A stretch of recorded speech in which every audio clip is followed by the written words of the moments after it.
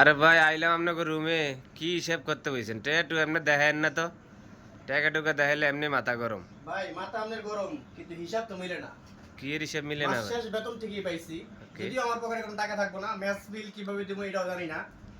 টাকা খালি গণতেই পারি, গণার পরে এই টাকাগুলা ব্যাংকে ছেড়ে দেওয়া লাগবো, টাকাগুলা পরিবারের কাজে লাগবো। ওকে প্রত্যেকটা প্রবাসী মাস শেষ বেতন পায় লাখ লাখ টাকা। হ্যাঁ, হইতে পারে কারো 40, 50, 1 লাখ, কারো 2 লাখ, 5 লাখ, কিন্তু হিসাব করতে গেলে এবারে অনেক টাকা বেতন পায়। এই বেতন পাওয়ার পরে এই টাকাগুলো নিজের কোনো কামে লাগে না। নিজে এত কষ্ট করে, আমি আমার কথা না, সারা বিশ্বের সমস্ত প্রবাসীদের কথা কইতেছি, আমরা নিজেরা কাম করি, মাস শেষে যখন এই কসকসা নোটগুলো পাই মনে একটা শান্তি আসে, কিন্তু শান্তি বেশি দিন আর টিকে না। এই মাস শেষ বেতন পাওয়ার মানে কাম করলাম আমি, এই বেতন মালিক আমার পরিবার।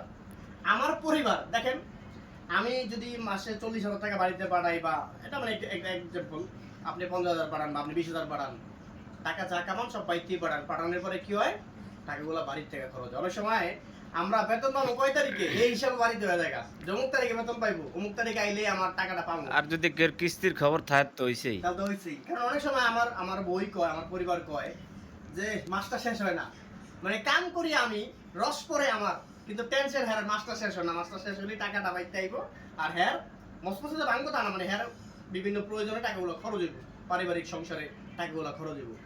মাস শেষ টাকা ঠিকই পাই কিন্তু রাখতে পারি নাই, এটাই প্রবাস জীবন।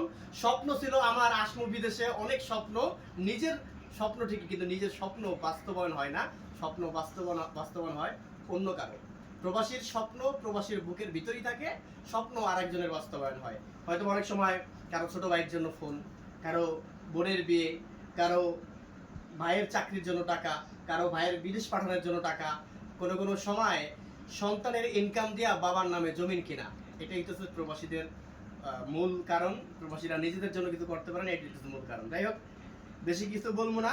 মাস শেষ বেতন পাইছি, কিন্তু মাথা গরম যাচ্ছে, হিসাবে মিলাতে পারছি না। কিস্তি দেবো নাকি বাইকে টাকা পাঠাবো, নাকি এখানে ঋণ আছে এটা দেবো, নাকি ভিসা লাগাবো। না ভাই, বাড়িতে সব পাঠাইতে না, আমার তো 500 টাকা দাম নিয়েন। ধার তো নিমু, এই তো একই কথা। ওই হিসাব কিতাব করে ধার দিমু, নাকি ভিসা লাগামু, নাকি বাইকতে পাঠামু, কোনো হিসাব মিলতেছে না। এভাবেই চলতে হবে, সমস্যা নাই, প্রবাসীদের জীবন এভাবেই যায়। আচ্ছা যাই হোক, আল্লাহ পাক সবাইকে ভালো রাখুক, সবাই কামাই রুজি করবো ভালোভাবে, সঠিক হালাল পথে, এই আশা করি আমরা। আমাদের টাকায় পরিবার চলে, আমরা কারো টাকায় চলি না, এটি হলো মেন উদ্দেশ্য আমাদের। ভালো থাকবেন সবাই, আসসালামু আলাইকুম।